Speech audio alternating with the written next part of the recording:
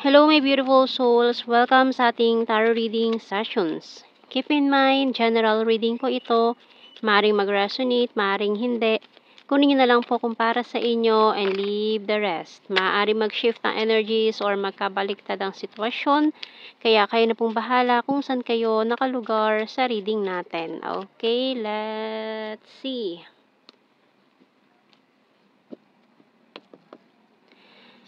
Wow, Four of Cups agad. And the Justice. Ooh. Nine of Wands. Seven of Wands. Knight of Pentacles. Okay. So, tingnan muna natin to mga cards natin dito.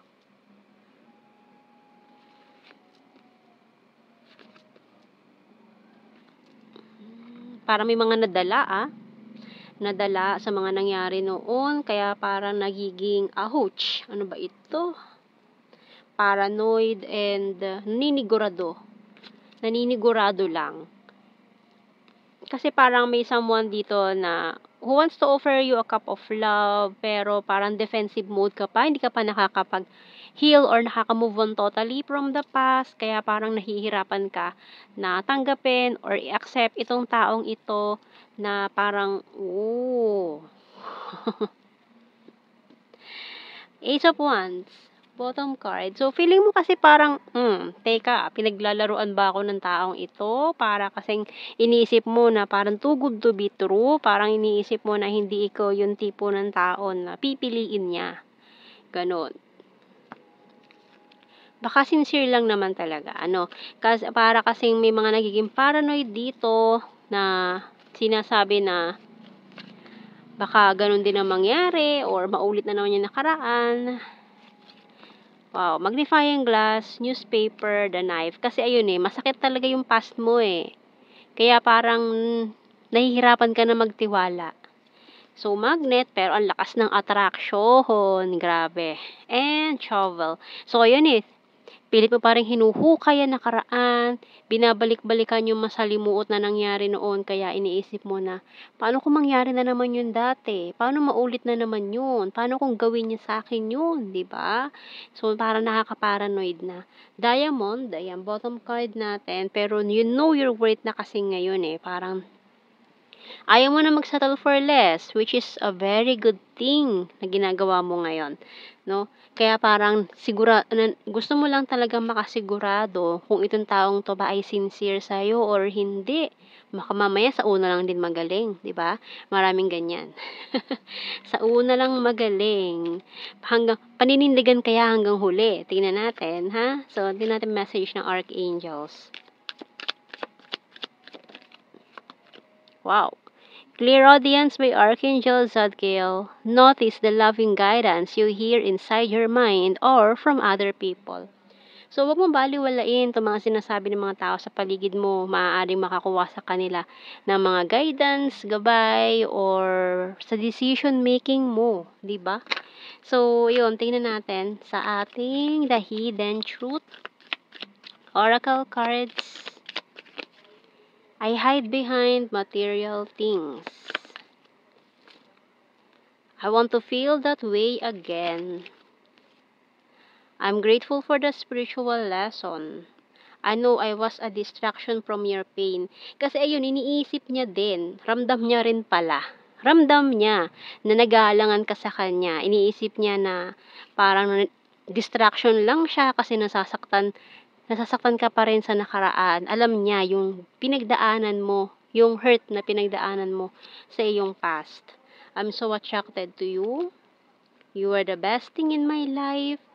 You speak to me through music and finding out the truth crushed me. So, nalaman niya Nung nalaman niya yung mga pinagdaanan mo, na-realize niya na grabe pala yung pinagdaanan ng taong to. So, hindi niya talaga deserve na ma-experience yung mga ganung bagay ulit. Kaya parang sinisigurado niya dito na tatrato ka niya ng maayos, tatrato ka niya ng tama, and bottom card, I can't stop thinking about you. So, tingnan natin. Maaaring may mga tao nakapagsabi na sa kanya or inalam niya na to kasi gusto niyang alamin lahat ng tungkol sa'yo Nalaman niya lahat ng tungkol sa'yo. Parang naano siya, Hindi naman siya na naawa, no? Pero parang gano'n na nga.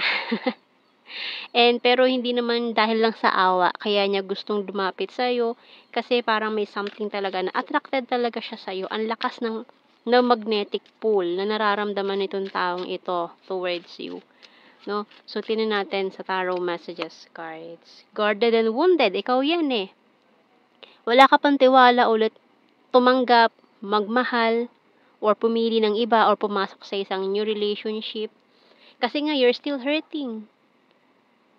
And I'm honest to you, pero sinasabi niya dito, I'm honest to you. Oh, I have fear and anxiety. My intuition choose you. I'm talking to you telepathically, caught in the middle. I'm stubborn but practical, and I want to surprise you. So, yun kasi eh. Maaaring nilagay ka sa third party situation ng past person na to. Kaya hanggang ngayon may trust issues ka pa din. Honesty is the best policy. Okay. So, tingnan natin. Oops. nag nag-ano na agad yung mga initials natin. Kuha tayo ng initials. So, not counted yun na, yung mga nakita nating unang initials. Hindi yun counted. Ayan. So, kuha tayo. Meron tayong N, E, T, Z. Nyat. Okay. G, D, C, O. And bottom card natin is M. Ayan. And tingnan naman natin sa blue card. We have here, understanding. Deception, kasi galing ka sa very traumatic past relationship, and regret. May mga pagsisisi, panghihinayang. Okay, tingnan natin general signs and the messages tayo. We have here Leo sign. Skin tag, November 5, paring November 5. National Capital Region.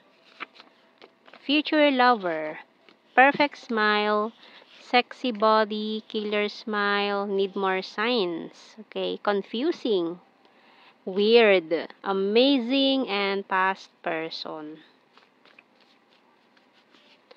We also have here mirror card, number 7, fantastic friend, Mindanao, water sign, Cancer, Scorpio, Pisces.